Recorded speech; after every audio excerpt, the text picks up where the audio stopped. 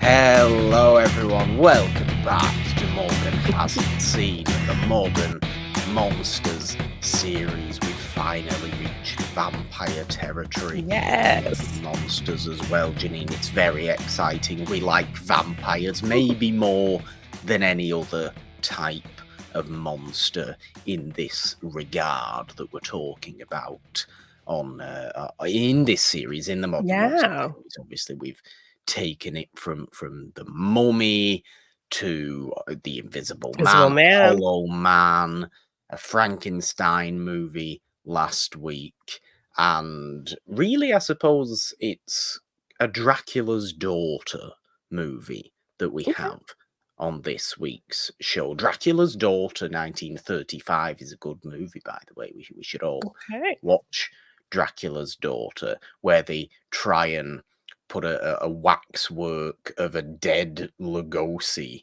at the very beginning What? shoved in a coffin, because obviously it's not about Yes. Dracula. No, it's about the daughter.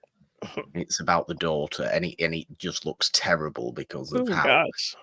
Well, now I really have Universal to watch it. treated Lugosi. But it's an interesting movie, and this is definitely, again, another unique take on that kind of thing. And we always feel, I mean, we did a whole vampire season last year, Yes. didn't Yeah, we, we on did. both shows, that vampires, are they played out? How much can you possibly do with vampires?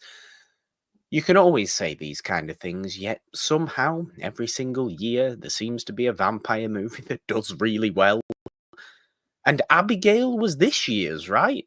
Yeah, but it did not actually do really well. Did it not do well? I Well, feel and like I it did verbally well. It got good yes. verbals, good word of Yes, mouth, no. good People critics. liked it because I do think people like these filmmakers. I think people really like Radio Silence. But I think because the trailers gave up the twist of the film, that Ah, I feel like maybe that hurt it more than helped it.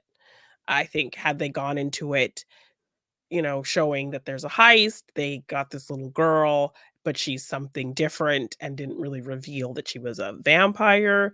I yeah, think that maybe would have helped it more. But considering we see that she's this ballerina vampire and give that all away, I think they even show in the trailer like a scene of Dan Stevens like all covered in blood at the end, like when he's turned. oh So god. yeah, Well, like that is a significant kind of unexpected yes. thing that happens in the movie, yeah. Yes. So, like, he turns to the camera and he's like, "I hate vampires," and he looks like there's, like, something off with his face and his look, and he's, like, kind of all Yeah. bloody.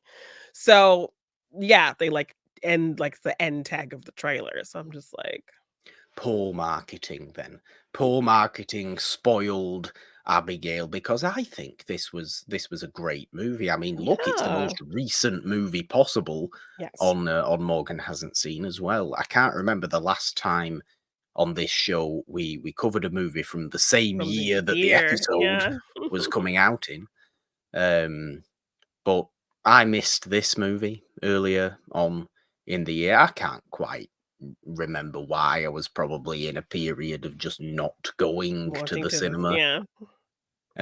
So didn't, but tend to be interested in these kind of movies. It's a shame to hear, because I don't really remember the trailer. It's a shame to hear that it did ruin everything, because if it just leaves it mysterious, I mean, you don't know who Abigail is, the little girl in the movie. Yeah. What if she might, okay, there's something off with her, but what is that? Is she dead? Is she a ghost? Is she Yeah. just is it like an orphan situation where she's Yeah. actually An old 37? lady. Yeah, I mean, there could have been so many kind of interesting ways to play it to leave that a secret and a surprise so that people would have a reason to go, like, "Okay, what actually is happening here?" But Yeah. they literally give it up right in the trailer.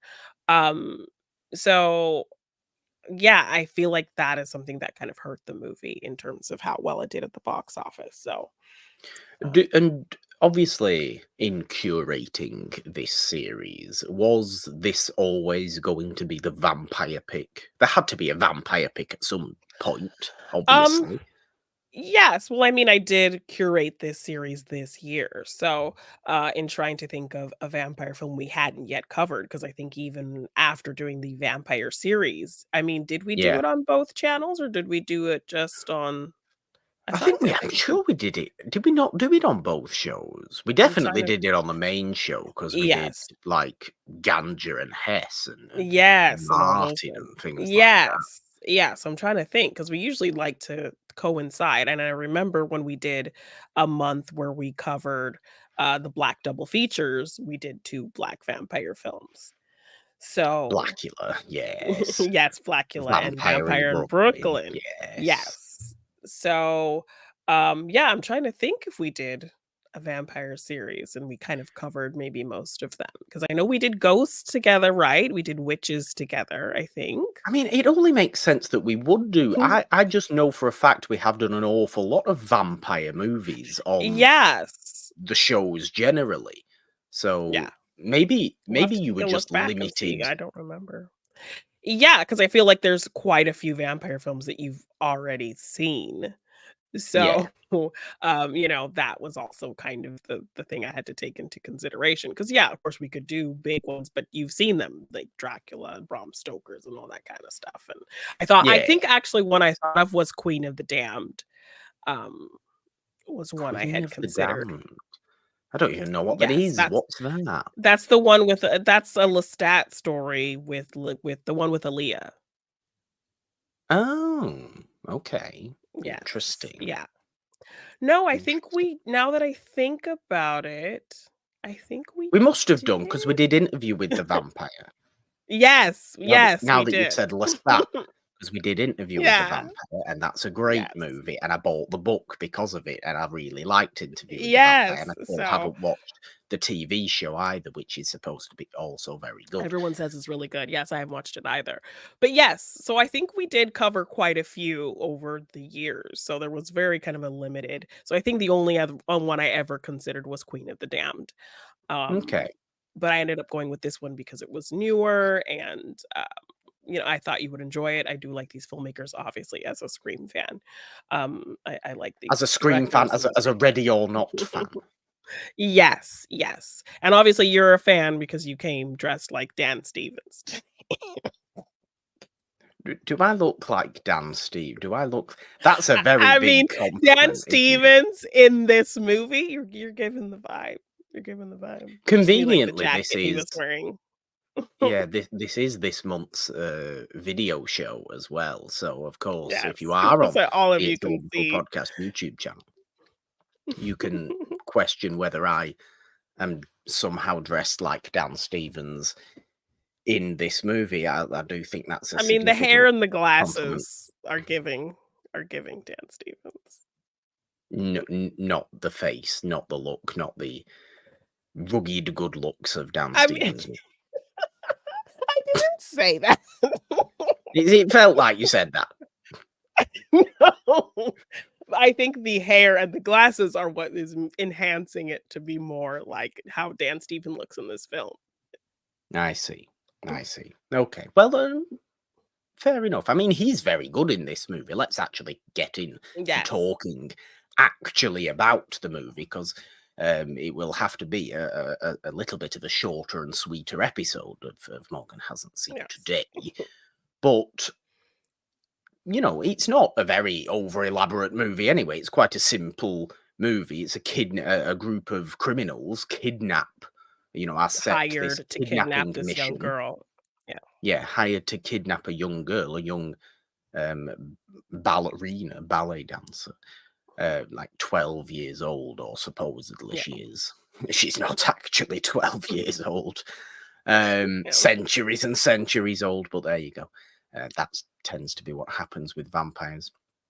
And they get taken to a kind of big old country estate house, as is Yeah. always the case in these kind of movies. Always great locations to have these strange things going on. It has elements of an old dark house movie to it doesn't it? Yeah. Abigail, as well I as think this house Oh, obviously the sorry. No, I was vampiric gonna elements as well. Yes, but it Yes. definitely does have old dark house elements to it. The Yes. picking off one by one, the creepy Yeah. corridors, the unsure things going on, the mysterious passageways, things like that. Yeah. Yeah, it's not one of those chamber kind of movies. It's a very modern feeling movie, a very kind of, Oh, yeah. With the you know, characters for sure make it. Definitely. they do because they're all weirdos, right? All these criminals, for to one degree or another, they're a very eccentric bunch of Yes. Mhm. criminals that have been brought together, seemingly by Giancarlo Esposito, to Yes. for this kidnapping mission. We're not really sure why this kidnapping mission has taken place, but they are all brought to this country estate, told that if they spend the night there or spend 24 hours there with Abigail, they have millions and millions and millions at the end Oh, of it. yeah. They'll get a big payout. Yes. Well, I was gonna say the house, I think, is actually in Ireland.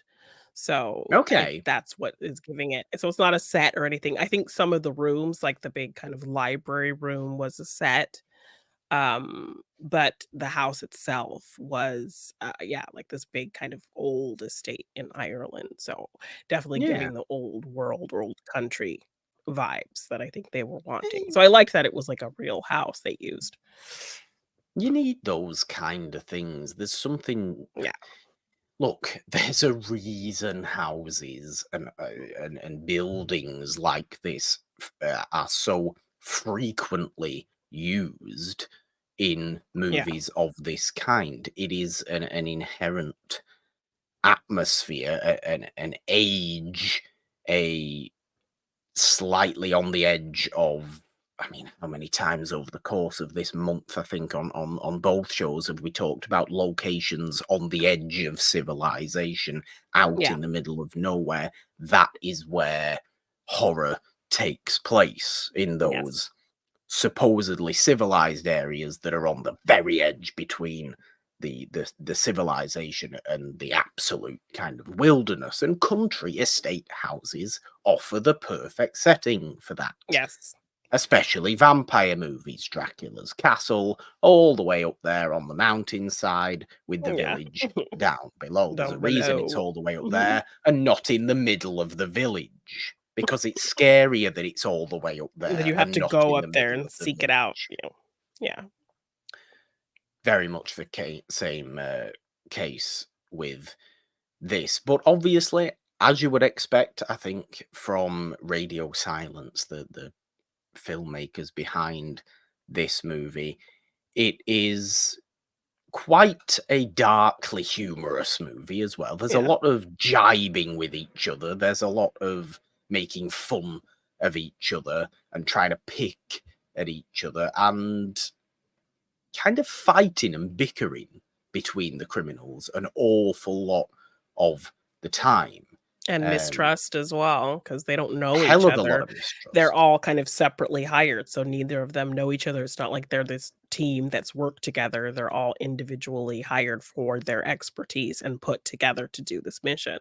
So nobody knows who they are. There's no names. So Giancarlo Esposito gives them each a name of one of the members of the Rat Pack.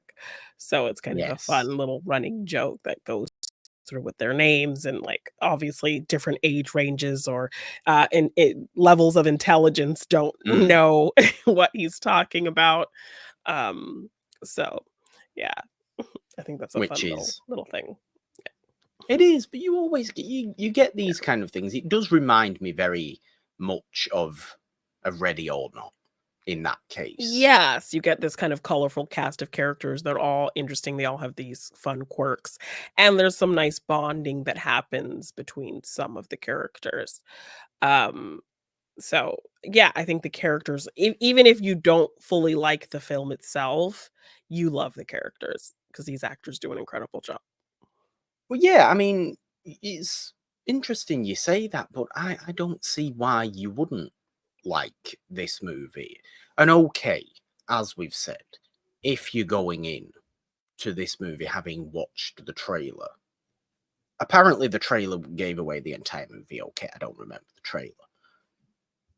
But why would that make you then not still enjoy the movie? I Yeah. find it a very, very enjoyable movie. It never drags, it never bores, it's constantly kind of on edge. And then when it does kind of explode into life, it explodes at such velocity and ferocity that, like Ready or Not, splurges blood across miles and miles and Yeah. has it go on everything in any given Everywhere. room. Yeah, yeah. It in just a pure explosion, as though it's a blood grenade, Yeah. right? Rather than what somebody who gets shot or stabbed by a vampire or whatever actually would happen, bit by a vampire, you end up exploding. It's a Yeah. bit odd, but it's what happens in Ready or Not, and it's what Yes. happens in this Lots of movie. blood, lots and lots of blood, which, yeah, I think, you know, I think they're making that maybe their signature to kind of end their big ensemble movies like this, Yeah. with a big blood splatter fest. Um, but yeah, I mean, I like I said, I think the characters are the strongest part of this movie. You know, I really enjoyed the scene when Melissa Berrera's character is kind of, you know, is asked to kind of analyze each one of them and kind of pinpoint what they are, who they Yeah. are, and their backgrounds and that kind of thing. Which a scene like that could maybe come off as cheesy or forced, but I think in the context of the film, how it comes about and how Melissa Berrera kind of performs it, I think it just really adds to her character, and it gives us it's a cool way to give us the background of these characters since we're not really supposed to know anything about them. Yeah, I So mean, given that it is basically an exposition dump scene for who the yeah, characters are, it is written quite cleverly that it doesn't feel like a big like you're exposition just dump almost. no, it doesn't feel like an Yeah. exposition dump. It doesn't feel like it is one. It Yes. With inexplicably is this one. forced It character obviously, bio situation. Yeah. yeah, but it doesn't feel like one. It feels naturally done, and that's quite tough to do. Obviously, you say the characters are the strongest point of this movie. Maybe I don't feel it is. I feel like the tone of the movie is the strongest Okay. part of the movie. I like this Kind of horror kind of comedy. darkly silly tone. Yeah. It's Yeah. not comedic, but it's quite funny. That doesn't make sense what I've just said, but Well, I in mean, just my like mind Ready it or Not. does. Ready or Not Yeah. was not like a wouldn't call itself, I think, a straight up comedy, but, there were some really darkly funny moments. Um, If you like weird explosions of gore and crazy things going on, this will be quite a funny movie yeah. to you. If you don't like that, there's going to be no humor whatsoever. But, you know, a bit of nervous bickering and sneaking around, and then Yeah. all of a sudden, a tiny little vampire pops out and starts Yes, and bodies start railing on you. showing up. Yeah, yeah. Like, that is quite entertaining, quite humorously Yes. entertaining for me, Yes. and I like that about it. That's my favorite element of it. Okay. This is what I mean. It's a unique spin on this Dracula's daughter thing that's Yeah. going on, because it's about the vampire in the movie acting as a slasher almost, and stalking her victims one Yeah. by one, picking them off one by one, luring them to one location. It's Tricking very, them. very tricking Yeah. them. It's the great mix of the hypnotic, luring quality of a vampire and the fun of a slasher movie and the sort of expectation Yeah. of a slasher movie, because there's nothing here that surprises me necessarily. Okay, certain things that happen, as we've mentioned before, the fact that Dan Stevens, your kind of lead man in the movie, Yeah. he ends up turning into a vampire properly at the end of the movie. Didn't necessarily see that particular plot happening, right? But there's nothing over the structure of the movie that's particularly surprising. Now, some people will view that as a negative. I don't necessarily view that as a negative because I'm sat here watching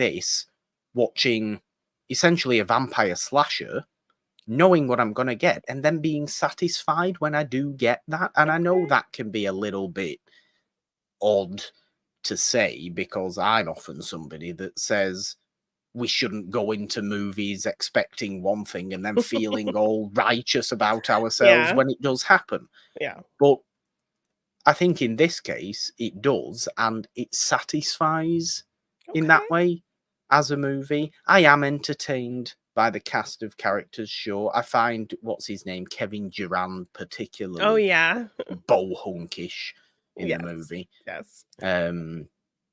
But that being said, he could at times come across as annoying if I was in a different mindset. I think when I watched this movie, I can see that. It was a little bit too, a little bit much, a little bit simple. much, a little bit too simple, a little bit just, I'm a big giant man walking around, dum dum dum. It was a little bit like that. Okay, a little bit dumb. Okay. No, I get that. But I didn't mind it. I didn't mind it because I was mainly focused on the interest I had in Abigail herself. And look, the movie constantly uses as well the Swan Lake theme. Oh yes, and her any good Dracula movie should use the Swan Lake theme, you know. Yes. No, I like that addition as well. No, but I like that we both kind of latched onto different things of this movie. So I think that speaks to the variety of things that this movie is giving us that are well done. So I appreciate that. But before we do get into more discussion on this film, we do have some answers to some questions. Oh, we certainly do. Our A wonderful, weekly, nice little segue there. I like that. Our weekly podcast questions. I throw some questions out there about whatever movie we're covering each week and ask you guys to give your answers. So we did have a couple of answers for those questions. Since last week we did cover our modern Frankenstein film, The Angry Black Girl and Her Monster, we asked, what is your favorite Frankenstein movie? Which there really should only be two answers that people are giving to this, I think. But we'll see what happens. Yes. Well, I went a little different, and my answer was Lisa Frankenstein, which was also a film from this year. So, again, I should have seen that, but I didn't. Yes, I mean, I could have done that for Frankenstein, but I really done was curious about your thoughts on the one that we did end up going with. But over on Facebook, we had our friend Eric Monroe saying Frankenstein versus Wolfman. Like, okay. An interesting one. Hunter Chambliss gives a bit of an extended answer. I love the classic 1931 Frankenstein movie. I love the story of how someone trying to play God and how that makes him go insane.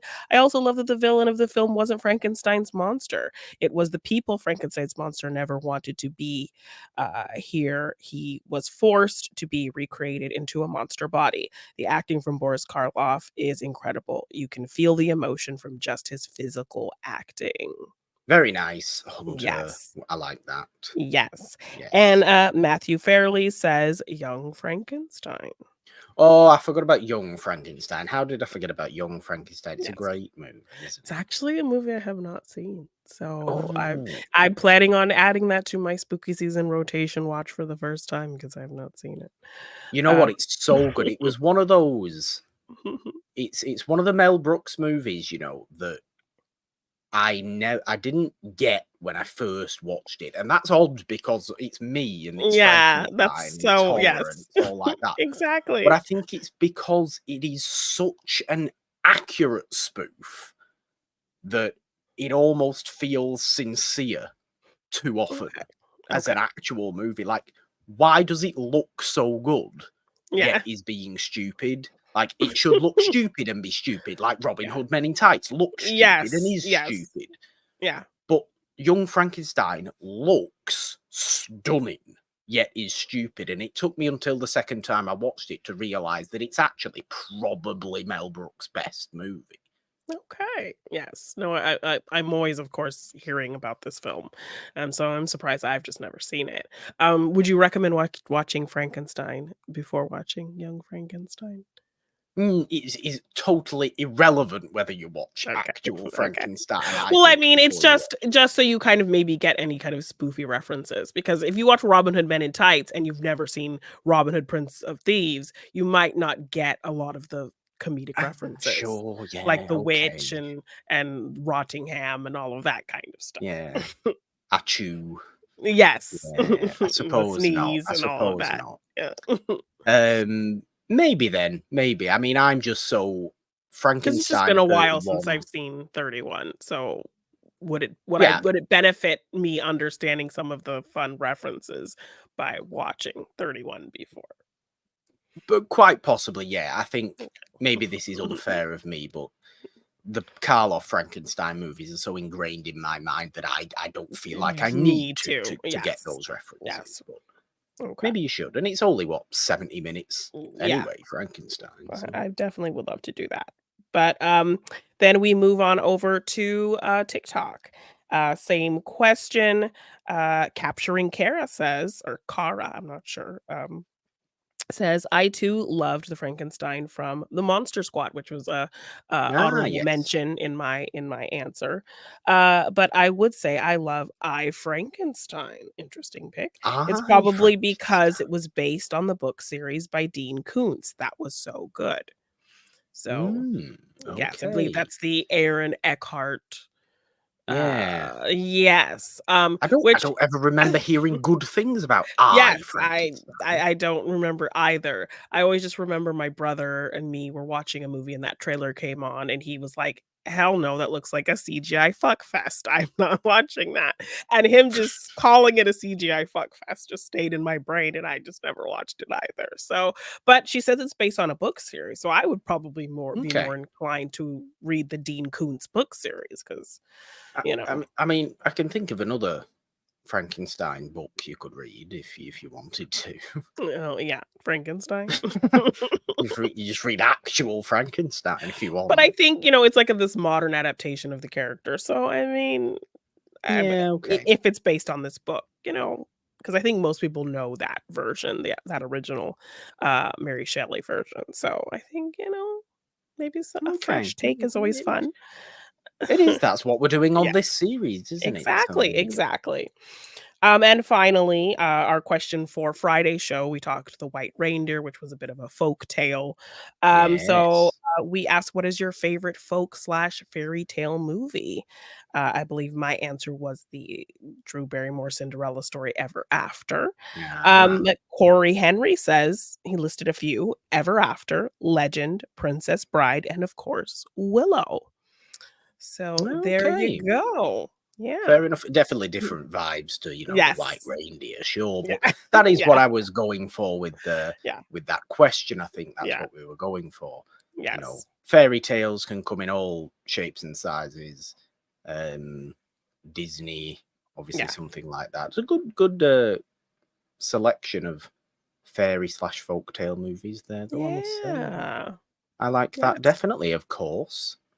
Do keep an eye out for the question videos on all the socials. There are links to the socials, obviously, in the description Yes. as well. We'll be plugging later on in the show. And of course, if you are on the It's a Wonderful Podcast YouTube channel watching today's episode, the question videos are also posted to here, there, because we're Everywhere. here, but we're also there if you are just listening to today's Yes. episode. We can't say here because they're not posted here Here, in no. that regard.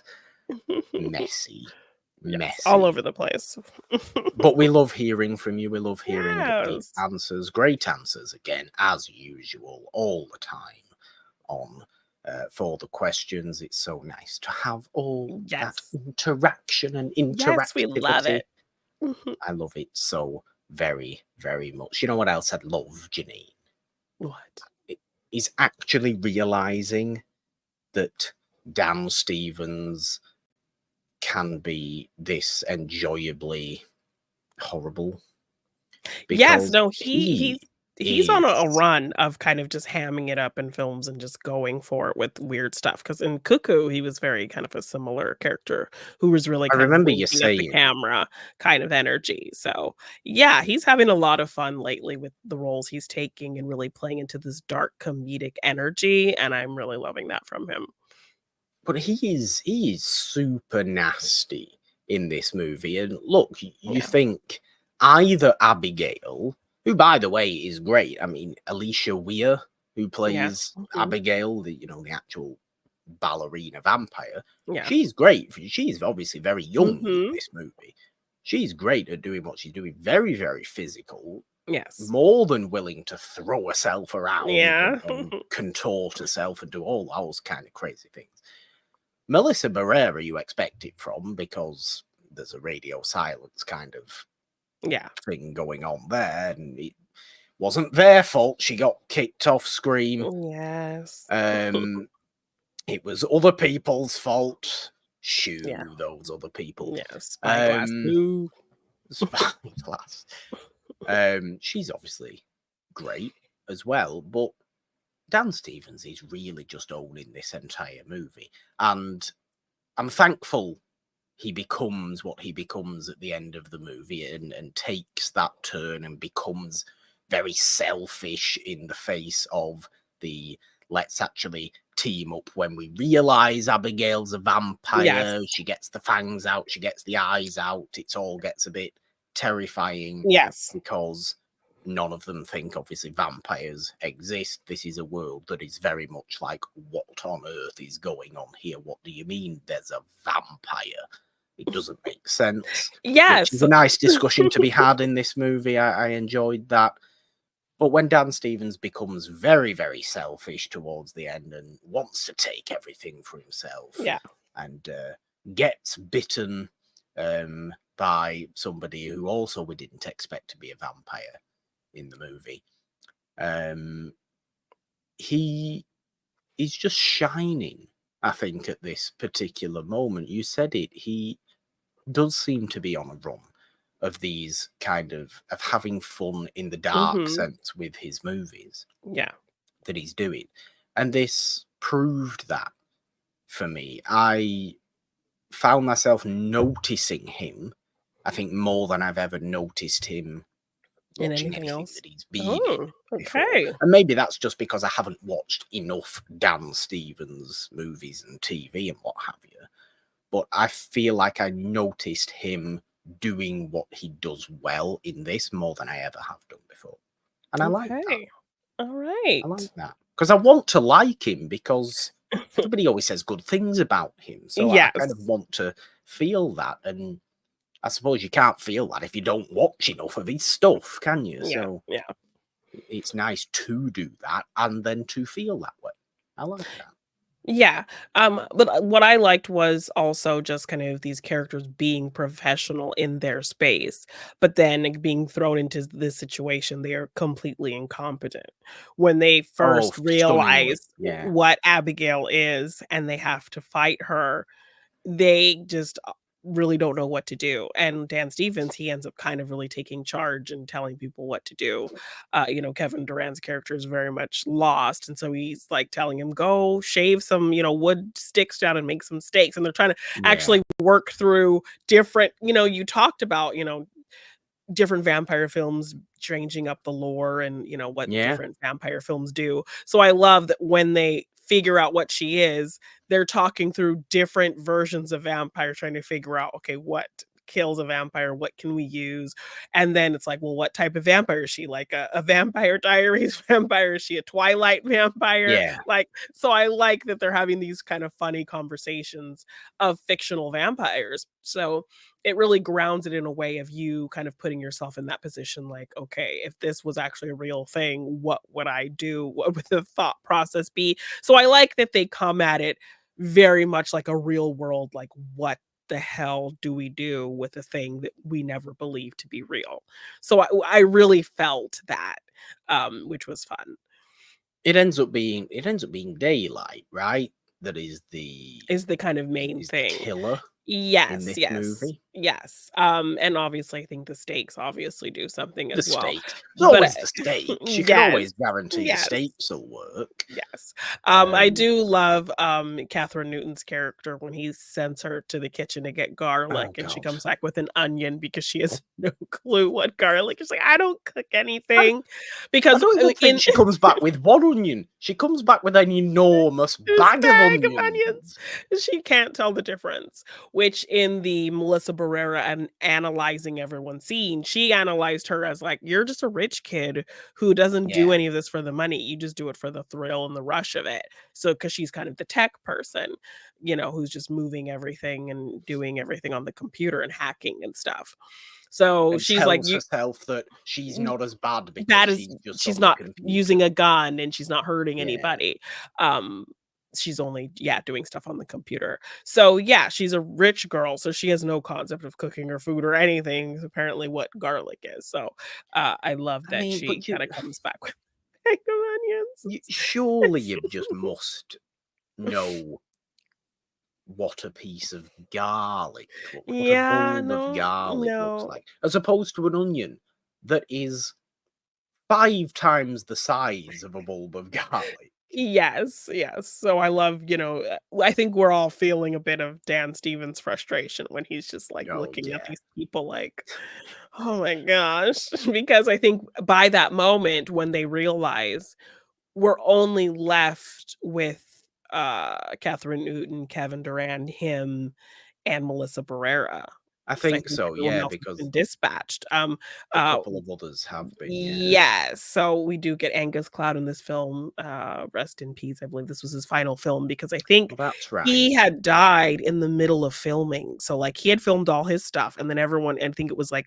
COVID time. So then, like, they literally Yeah. had to come back and finish the film after he had passed away, which was really, Oh, right, really, okay. yeah, which is really, really heartbreaking that they had to kind of continue on, but he had filmed all of his stuff already, so it wasn't like they were Well, gonna that's have to do any crazy yeah. technological things to, finish his role. I mean, it's good he And they got do to dedicate the film film. all his stuff then. Yes, and then they do a nice little dedication, to They him at do. the end. So, yeah, but he was great, like, I loved his ability to kind of just play this really natural character, like, he's not doing anything different than, what he normally would do, he's not putting on some accent or trying to, he's this just chill kinda guy, which is what he also did in Euphoria. So, Mm. he feels like somebody he doesn't feel like he's acting, which is always what Oh, I not loved at about all. him. Yeah. He is probably the most natural Yeah. of the entire Yeah. bunch, and obviously he isn't in it very long, and that's not even the fault. I say the fault of him passing away because he got to film all his scenes. It's the Yeah. way the movie is structured. He is dispatched very early Yeah, I think he's the in the first course of the one. movie. Yeah. Yeah, but he definitely is the most natural. And I mean, is he then one of the most fun? Would you have wanted to see more of him later on in the movie when it becomes a little bit Yeah, crazier once to what yes, I he would would've have done later on? yes, I would have loved to see his reactions to what was happening because he, just seems like he definitely has kind of unique reactions to things different than everyone Yeah, else. He also thinks like he maybe knows better than everyone else. I Um think he would have taken it in his stride and just got on with it. Right? I think maybe he would have thought it was cool or something because he very much seems like because that scene where she's reading everybody, he reads everybody wrong and Yeah. talks about how perceptive he thinks he is. He ends up, he thinks there's some vibe between him and Catherine Newton to the point where he sneaks into her room thinking that Mm. something's going to go down. And she's like, no, like you just scared me and you're annoying. There's nothing between us. Get the hell out of my room. So the fact that he thinks he knows better, he would probably be like trying to run point kind of Yeah. over Dan Stevens, and that whole kind of thing would have been like probably a comedic kind of thing. And he would be trying to give all these ideas that would all be just completely wrong on how to stop the this vampire. So I definitely would have loved to see his reaction to the situation and how he would navigate it because, he definitely has that really organic, natural, comedic ability in the film. So yes, Yeah. but the I time think he was there, he definitely made a point to be a memorable character, so oh, absolutely, he does 100%. Um, I mean, being that he isn't, I think the movie does become less comedic as it goes along.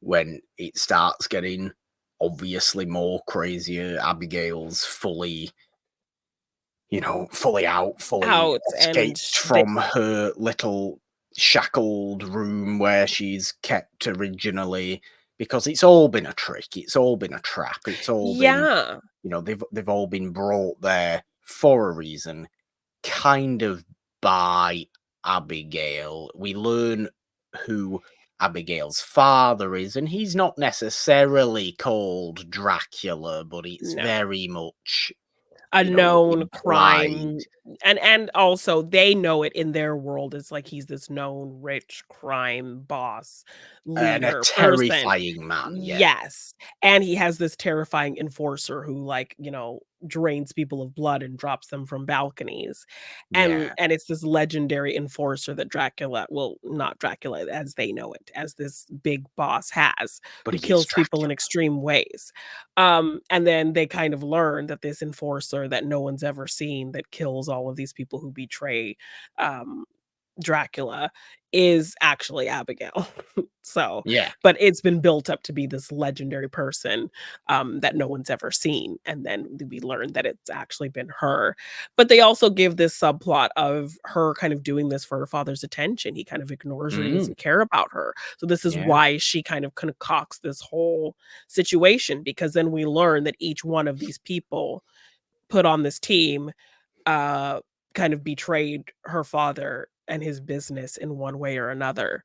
yeah. Um, It's so very clever, really. I mean, she yes, so for she her to is think of all this. We have to yeah, remember she's obviously not 12 years 12, old. no, but She's she looks that way and she's been that way for centuries.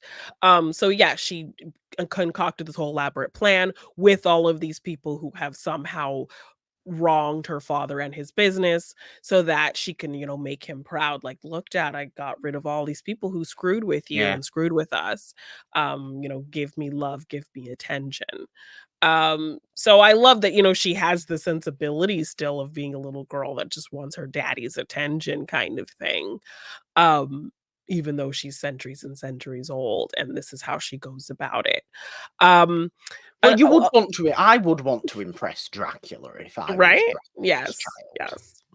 Um, I talk about a lot that, one element I do always find no matter what the story is, whether it's supposed to be the focus or not, I will totally be driven to or seek out a romantic subplot.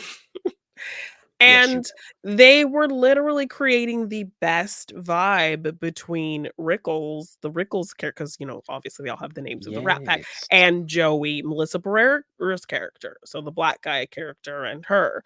And they had this kind of little like sexy moment, but they were like, we're professional, but they got really close and Yeah. they, it was like they're almost about to kiss and they had this good We're the o energy. we're the only trustworthy ones. I Yes, and they only both trust you and have all that, yes, yeah. and they have this both have kind of a military background. She's a medic and he, obviously, he knows how to shoot and all of these things. Like a ranger or something like that potentially. And or special forces, I think she kind of analyzed him as. Um, and so they kind of have this bond that, okay, I don't trust anyone else. We're gonna have each other's backs. And literally, I don't know, 5 minutes later, this man is dead. And I'm Yeah, just like, it's a bit what was the point of even setting all of that up just for him to die like 5 seconds later? Like, oh, it was you so know what? I disappointing. I I don't disagree with you there. Now you've said it, it is quite an annoying thing that they Yeah. did set up that didn't go anywhere. Perhaps it's perhaps it didn't go anywhere. It kind of unceremoniously ended very, very aggressively and violently, obviously, because Yes, it's a because he's vampire just and standing explosions of there. blood. Yeah, they He split up, is, I yeah. think, to check something out, and then when she goes to find him again, he's just standing there still, and she's like and she walks up to him and sees, like, half his face is ripped off, and he Yeah. dies, And perhaps it's set up to make what comes after that much more impactful, but I suppose it is unsatisfying that it doesn't go even anywhere at all Yes, it's like, so what was the beyond point of even setting a that vibe look. up? And I think it would have been an interesting dynamic as well because it seems like, Kevin Durant and Catherine Newton, they form this kind of fun little friendship because she's, like, silly and wild, and Because they're both he's kind of unbelievably oafy and stupid. simple. And yes, and so they formed this really cute friendship between the 2 of them, and he, like, takes responsibility for her and wants to look out for her, and it's Yeah. really cute.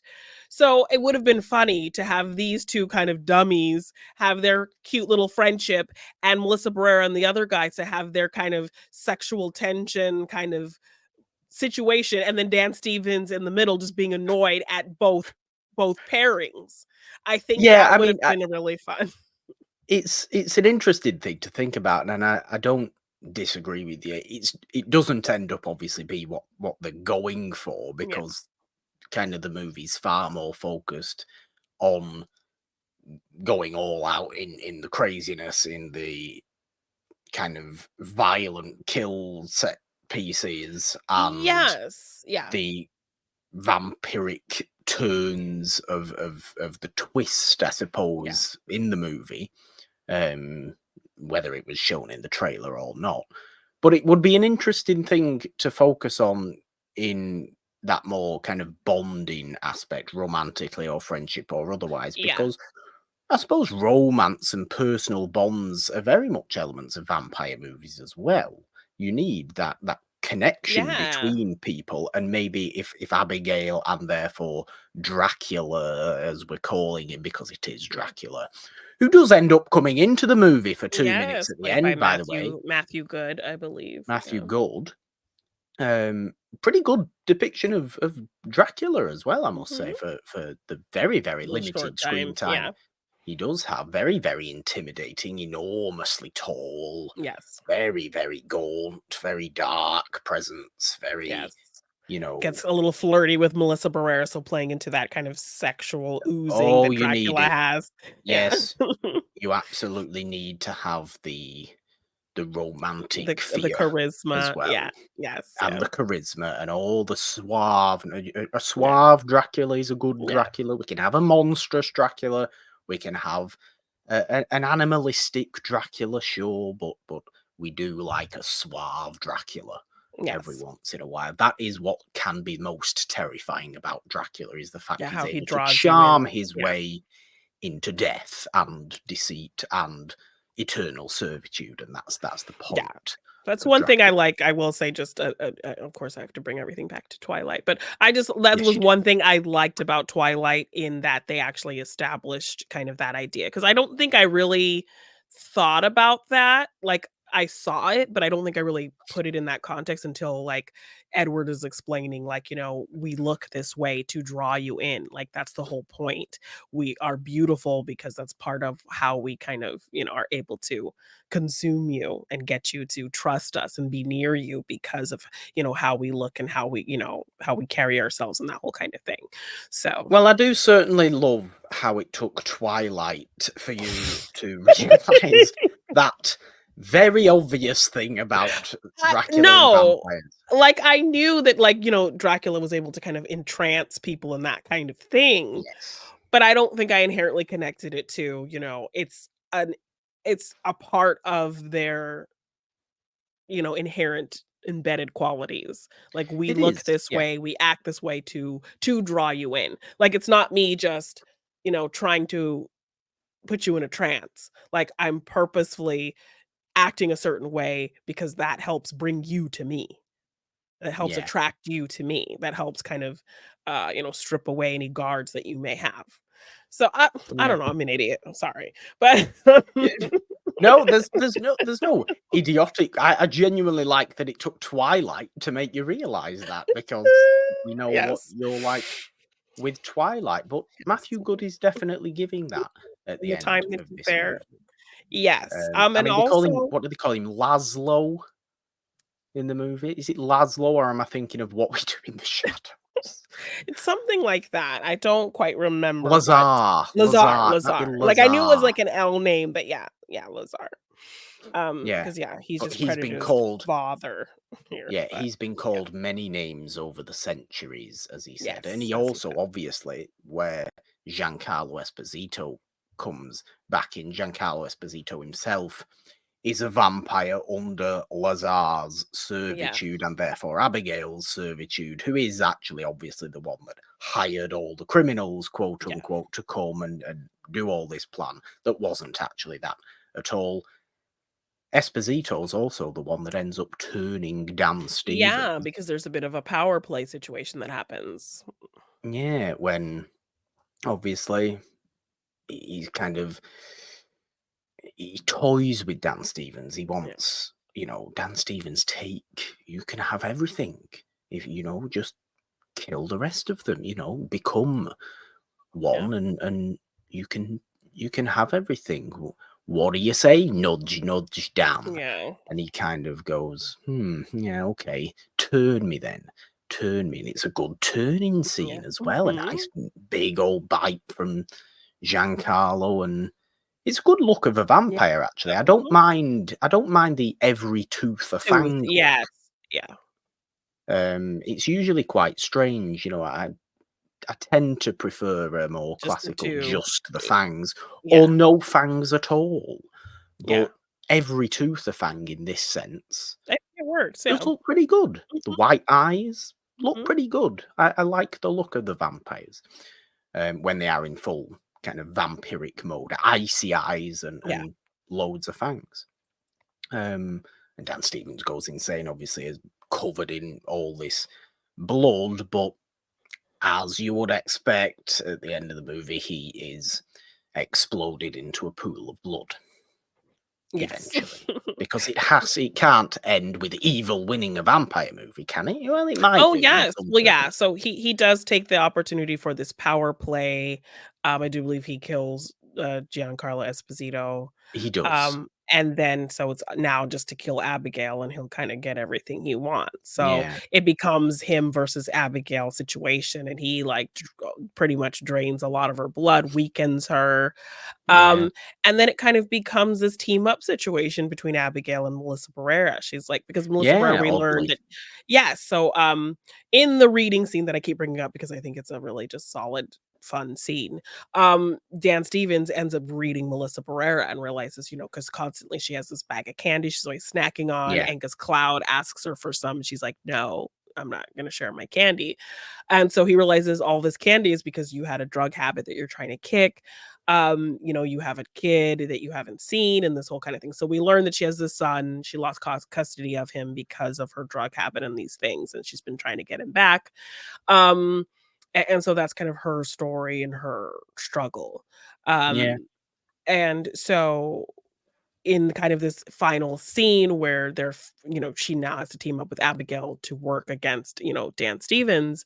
Abigail tells her, I will let you go if you help me. You can see your son again and all this kind of thing. So, um, yeah, a nice little bond ends up kind of forming after all of the craziness that Abigail has put them through. Now that they have kind of this common enemy, I like that they end up kind of working together. And it kind of circles back to the beginning where Melissa Burr was meant to be the only one to go in the room and check on Abigail. And because she has a Yes. son, she was very sweet to her, doing pinky promise with her and, really taking care to be kind to her and sweet to her. So all of that kind of comes back by the end. Even with Abigail, I think kind of telling her, you're gonna be your son's gonna be happy to see you and you're a good mom and that kind of thing. And Yeah, I because wish my father would be like you are, feeling exactly. towards your son. So all of that kind of circles to the end and kind of works out with, it not feeling like a forced thing that, or Abigail's just using her. Abigail genuinely kind of has a change of heart in terms of, this person. So Yeah, I like that. it quietly is a very meaningful kind of Yeah. parental movie, Yeah. and it's really very naturally Mhm. done as well, very slowly done. You almost don't realize it's there until it smacks you in the face, but it doesn't Yeah. feel like it smacks you in the face. It's really cleverly done from Abigail's perspective, from Melissa Berrera's perspective Yeah. as well, because she obviously is drawn to her as a parental figure, Yeah. as a good mother in that final sense against Dan Stevens. And then when quote unquote Dracula does come in, we see how kind of harsh he is, Yeah. really, Yeah. um, compared to maybe the softer side of a parent that Abigail might need. And we don't know if, after this whole scenario, Things Abigail maybe might get have a better. conversation with Dracula and or Lazar, and he And becomes a and little work on bit that softer to relationship. his own daughter. Maybe. Well, I mean, he does listen to her because she says, "She helped me let her go. Yeah, Like, she helped me stop this guy who was trying to he overthrow does. you." So, ultimately, like, he listens to her and lets her go. So yeah, I liked how we kind of ended bookending that relationship, with, Melissa Berrera being the one to talk to her and really be sweet and kind to her, and Abigail really not being receptive to it at first, but then by the end, she does have this change of heart with her, and they actually have a Yeah, nice moment by the end. Just one other thing I don't think we mentioned is just another addition to the lore is with Catherine Newton actually getting bitten, and that before she, yes. when she finally turns, Abigail being able to kind of control her in a way.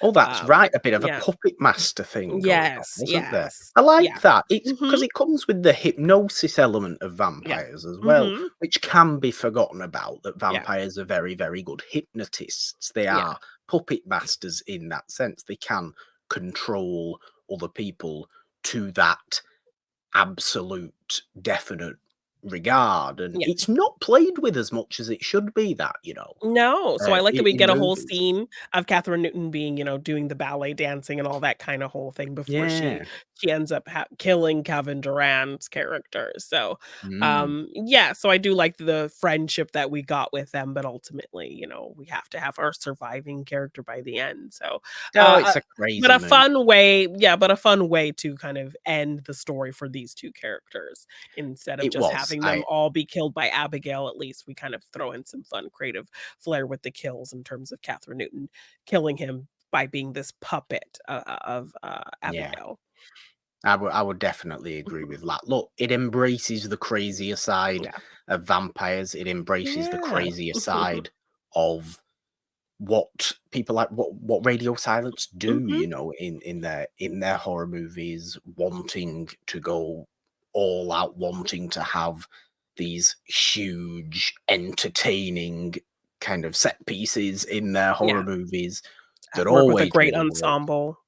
Work with a great ensemble, tend to be very satisfying movies, Mhm. can have twists in there, but never feel like you don't know what you're gonna get when you're going in. At Yeah. least tonally, you know what you're gonna get when you're going in, Yeah. and I think that's always so much more important than knowing a perfect story or anything like that. I had a Yeah. lot of fun with Abigail. Yay. I thought I would have an awful lot of fun with Abigail. And to be perfectly honest with you, for the 4 movies we've covered so far in this series, I think this is the best movie Okay. in terms of like just a well-made, a really best movie. Whether I Okay. would watch this over Bubba Hotep again is a bit Okay. maybe But the best kind of made, here and best there. put together movie. But yeah, I genuinely think it I is. I I really, really enjoyed Abigail. good. Well, knowing what's next week, it's probably gonna stay there. Well, it might not be. I've been intrigued by Wolf for an awfully long time, Okay, and I know we okay. have. It's our werewolf double feature for Yes. Halloween proper. We're right Yeah, near Halloween next Wednesday. yeah. It ends the series. It's Wolf from '94 and Cursed from Yeah. 2005, which That'll be a bit is, of I mean, a an Cursed ups isn't like, great. No, it is not, but it's gonna be one of those discussions very much like what it could have been. It's gonna be very much like our disturbing behavior discussion where, there was potential there, but studio interference and all of that kind of nonsense just kind of killed what the Yeah. movie could have been. So, Okay. But no, I've genuinely been intrigued by Wolf for an awfully long time, so maybe it'll be the right kind of weird. I don't know. yeah, I we'll don't we know. will yes, I'm excited to see what your thoughts will be. Werewolf double feature Yeah. closes out the Modern Monsters series on Morgan Hasn't Seen. This is, of course, not the only show we have on this podcast feed. The main show, It's a Wonderful Podcast, is there, of course, spooky season, international horror through October. On that show, we have Monday Madness as well. Do subscribe wherever you are listening on all major podcast platforms to the It's a Wonderful Podcast feed. Subscribe, ding your notification bell on the It's a Wonderful Podcast YouTube channel. If you want to support us on Patreon or donate in any way, there are links in the description to do that. We would love you forever Yay. and ever. And of course, check out socials for all the questions and give us your answers. We love reading them out, as we have done on today's episode. You can find us on the app formerly known as Twitter at It's a Wonderful One. Find me there at the Purple Dome with the 3 instead of the E in there, because Jeannine. 3 is the magic number. On Instagram and TikTok at the Purple Dome. All your vampiric stuff is where. You can find me at Jeannine_Bean_ on Twitter, Jeannine Bean on Instagram, TikTok, and Threads. If you want to get any merch for any of our shows, just check the description for the link or search It's a Wonderful Podcast on teespring.com. And if you want to purchase any of my art in print form, you can find that at my Big Cartel shop, g9design.bigcartel.com. Well, there we go. I do think there is only one thing left to do, Jeannine, and as is always the case when we do anything remotely vampire related, please do an impression of the Count. 3, 2, 1, Bye. Bye.